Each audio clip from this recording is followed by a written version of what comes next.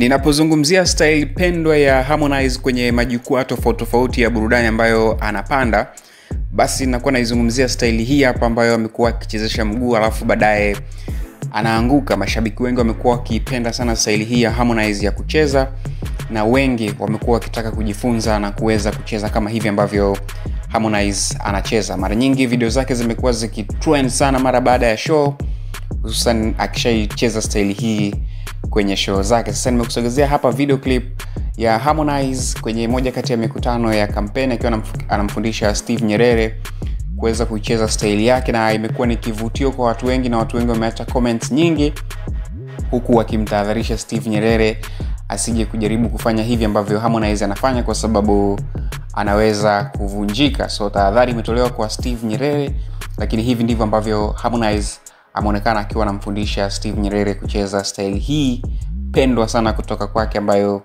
imekuwa ikiwavutia mashabiki wengi.